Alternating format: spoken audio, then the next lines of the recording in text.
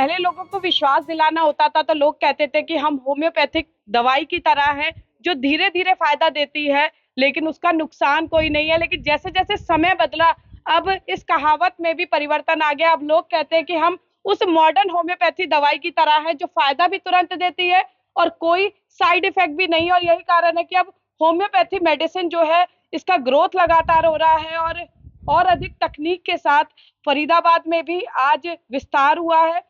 आज जो है यहाँ पर होम्योपैथिक क्लिनिक एक शुरू किया गया और मैं बताना चाहूंगी कि एनसीआर में बहुत सारे होम्योपैथिक क्लिनिक होंगे, लेकिन सारी सुविधाओं से लेस और एक्सपर्टीज से लेस ये अपने आप में एक अनूठा होम्योपैथिक क्लिनिक है, जिसका उद्घाटन करने के लिए विधायक नरेंद्र गुप्ता जी यहाँ पर पहुंचे हैं।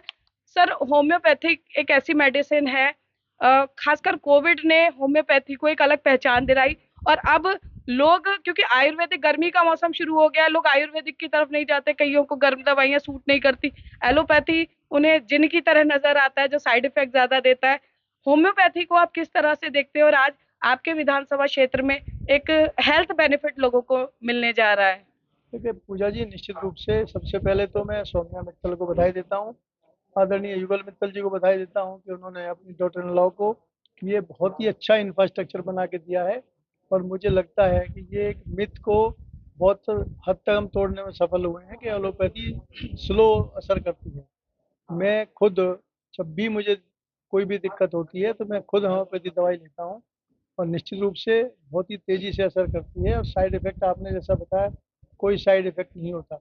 बहुत सी ऐसी बीमारियां हैं जिनमें जिनका परमानेंट इलाज होम्योपैथी में है। कैसे ऐसे बहुत से चर्म रोग होते हैं जिनको होम्योपैथी ही ठीक कर सकती है। अनेक अनेक बीमारियां ऐसी हैं, पर एक्चुअली हम लोगों को एक बहुत ही अच्छा, जहाँ सुविधा हो, अच्छे लिटरेट डॉक्टर्स हों, उनकी कमी फरीदाबाद में थी। कुछ डॉक्टरों में भीड़ ज़्यादा होती थी तो लोग समझते हैं कि समय की कमी की वजह से मजबूरन उन्होंने इधर उधर से दवाई लेके जो फ़ायदा नहीं होता था। तो मुझे लगता है कि यहाँ करीब व्यवस्थित तरीके से क्लिनिक खुला है, इसका फ़ायदा फरीदाबाद के लोगों को मिलेगा और फरीदाबाद के लोग भी उसका फ़ायदा उठाएंगे। मुझे लगता है बिटिया सौम्या पहले रोहिणी में प्रैक्टिस करती थी, आफ्टर मैरिज वो फरीदाबाद में शिफ्ट हुई है, तो सोबियस इन्होंने ये फरीदाबाद में क्लिनिक खोला है। और भाई युगल मित्तल जी हैं, उनको एक परफेक्ट मैन के रूप में हम जानते हैं, बहुत सलीके से काम करते हैं। तो उन्हीं के संस्कार इस बिटिया में भी मिलेंगे परिवार में। तो मुझे लगता है कि समाज की भलाई के लिए बहुत अच्छा काम करेंगे। जो, अब मुझे नहीं पता इन्होंने क्या सिस्टम रखा है, पर मेरा अपना मानना है कि अगर तरीके से कोई होम्योपैथी दवाई ले तो उसका फ़ायदा उसको ज़रूर मिलता है।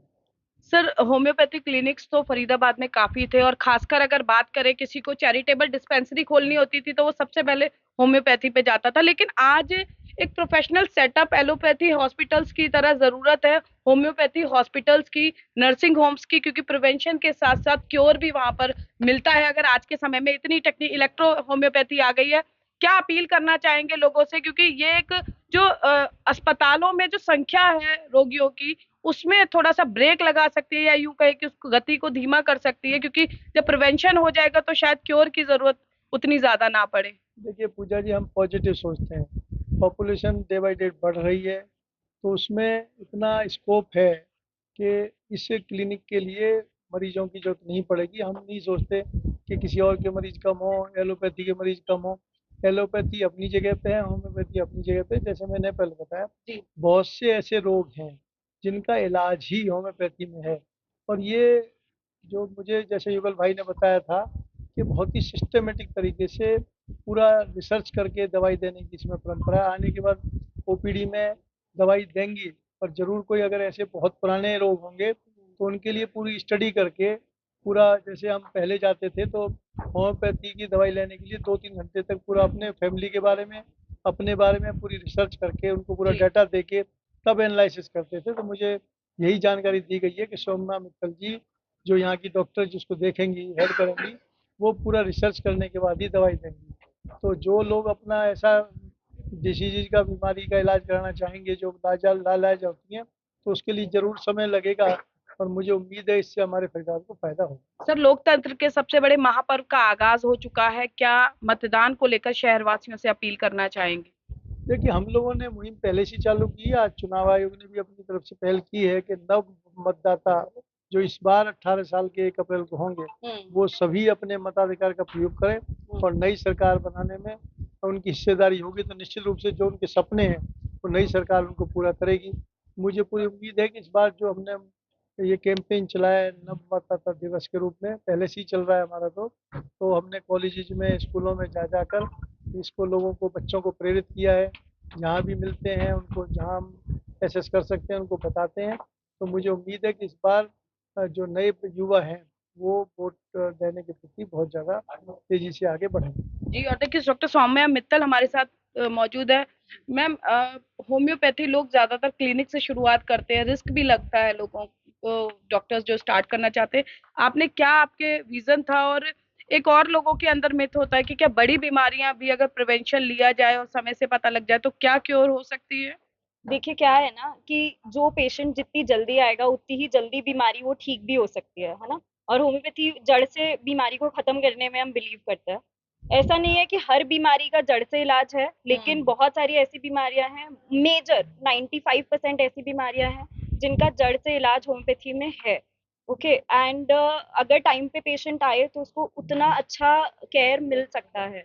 एंड अगर homeopathy to the T follow की जाए, मतलब एकदम प्रॉपर तरीके से फॉलो की जाए, तो उसमें उससे बेटर क्योर कोई पॉसिबल ही नहीं है। एक सवाल, ज्यादातर लोग जिन बीमारियों से पीड़ित है, थायराइड, डायबिटीज और बीपी, ये कॉमन डिजीज है, क्या इससे क्योर हो सकता है अगर किसी को 1-2 साल हुए हों? बिल्कुल क्योर पॉसिबल है, 100% पूरा तरीके से क्योर पॉसिबल है। एंड उसमें बस ये रहता है उनकी एलोपैथिक मेडिसिन तक भी बंद हो जाती है। और हम किसी भी पेशेंट को ये नहीं बोलते हैं कि हमेशा लाइफ लॉन्ग आपको वो दवाई खानी ही पड़ेगी। हमारा मोटिव ये रहता है कि हमारी दवा भी इवेंचुअली पेशेंट की बंद हो जाए और नॉर्मल लाइफस्टाइल में पेशेंट आ सके। तो देखिए, फरीदाबाद औद्योगिक नगरी, उसके बाद एजुकेशनल नगरी और उसके बाद अब मेडिकल हब के रूप में भी विकसित हो रहा है। और अब केवल एलोपैथी ही नहीं, आयुर्वेदिक ही नहीं, बल्कि अब होम्योपैथी को भी मेडिकल हब के रूप में एक पहचान मिलती जा रही है। तो अगर आप भी एलोपैथी के साइड इफेक्ट से परेशान है और आयुर्वेद आपको सूट नहीं करता है तो होम्योपैथी को आप विकल्प के तौर पर अपना सकते हैं। कैमरा पर्सन शिवम के साथ फरीदाबाद से पूजा शर्मा, पंजाब केसरी टीवी।